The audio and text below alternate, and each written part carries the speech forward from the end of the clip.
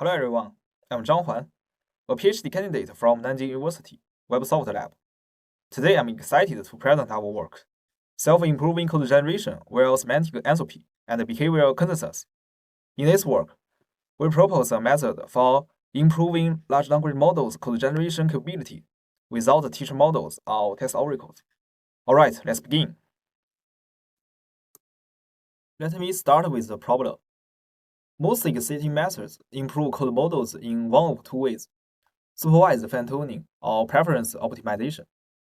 But both usually depend on something expensive or hard to get, either a strong teacher model to generate high-quality data, or reliable test oracles to check whether generated code is correct. That's the dependency trap we wanted to escape. In practice, some things are easy to get, like problem descriptions and test inputs. What's really hard to get is reference code, and especially the correct outputs for every test case. For many complex tasks, building a perfect oracle is almost as hard as solving the problem itself. So our question is simple.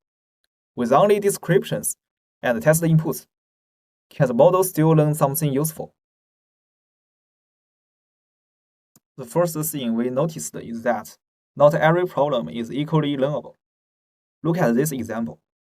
When the problem is too hard for the current model, it may generate several different solutions, but all of them are wrong. If we directly feed all that noisy data into SFT or DPO, the model actually gets worse because it starts reinforcing its own mistakes. So, before we start learning, we need to figure out which problems are actually worth learning from. This leads us to our framework, ConSelf. It has 3 stages. First, we do observation-guided sampling to generate more diverse candidate solution. Second, we use a curriculum creation step. It will filter out problems that are too noisy or not informative. Third, we optimize the model with a consensus well objective. So the whole idea can be summarized in 2 questions. What should we learn from and how should we learn from it? The first stage is about diversity. Instead of asking the model to write code directly again and again, like naive temperature sampling, we first prompt the model to produce several short observations about the problem, such as key definitions, potential pitfalls, and so on. Then we generate code candidates conditioned on each observation. This helps the model explore a wider solution space, instead of getting stuck in one repeated pattern. A rich and diverse pool of candidates is the foundation for the subsequent steps. In stage 2, the key challenge is to measure uncertainty so we can identify which problems are worth learning from. We find traditional signals like token-level entropy or negative log likelihood don't work well for code. In fact, the model often has high confidence but generates completely wrong codes. And the text-based semantic entropy is also not enough, because code is not just text. 2 programs can look very similar but behave very differently. So we introduce the code semantic entropy to measure uncertainty in the execution space, not how similar the code looks, but how consistently the programs actually behave. With this metric, we do a simple but powerful filter. If the entropy is very high, the candidate programs behave very differently. It usually means the problem is too noisy to learn from.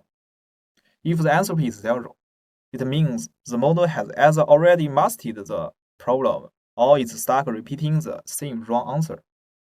Neither of them can provide informative learning signals. So we keep the middle range as the learnable curriculum. After filtering, we still need to learn from noisy preference pairs. Standard DPO treats every pair as equally reliable, but in the unsupervised setting, that's not realistic. So we assign each candidate a consensus score, based on how often its behavior agrees with its peer candidates. Then we weight the DPO loss by the consensus score of the winner in each pair. The model will learn aggressively from high consensus pairs and mourn cautiously from uncertain ones. This achieves fine-grained dynamic learning for each problem. For experiments, we use the titled dataset and keep only problem descriptions and test inputs. No reference solutions and no test oracles during training. We test on Human Evo, MBPP, Evo Plus, and Live Code Bench, and we use 3 different backbone models and 4 baseline methods.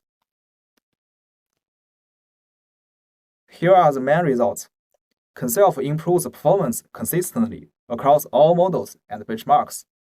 At the same time, the other self-improvement baselines usually hurt performance or stay flat. This figure shows that ConSelf actually uses much less training data.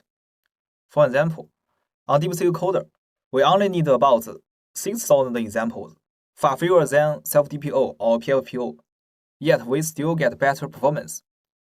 So the improvement doesn't come from more data. It comes from our better curriculum curation in stage 2. It can mitigate wasting computation and prevent the model from being hurt by its own mistakes. We also measured how well each uncertainty metric can distinguish solvable problems from unsolvable ones. The result is clear. Internal confidence signals, like token level entropy and negative log likelihood, are very weak, sometimes even close to random Gaussian. Text-based semantic entropy does a bit better. In fact, we find that text embeddings can miss critical functional differences in programs. And our code semantic entropy works best because it rarely sees the actual execution behavior of the programs. This ablation study tells us where the gains come from. Both components help, but curriculum curation contributes more. It means the smarter filtering of what to learn is a bigger win, and consensus weighting gives an extra boost on top of that. So the 2 components are complementary. Finally, we look at the threshold for filtering. If the threshold is too low, we keep too much noisy data. If it's too strict, we can get a very high golden rate, but the dataset becomes too small. The sweet spot appears around 0.3. From the trend shown in the figure, we can see that this filtering step is not arbitrary. In fact, it is controllable and gives a clear trade-off between quantity and quality.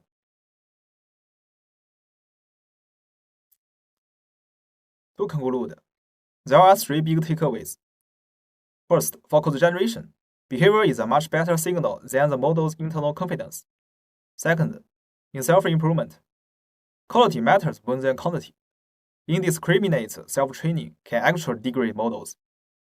And third, even without perfect oracle, behavioral consensus can still provide a very useful learning signal. Okay, that's all. Thanks for listening. Feel free to reach out if you have any questions.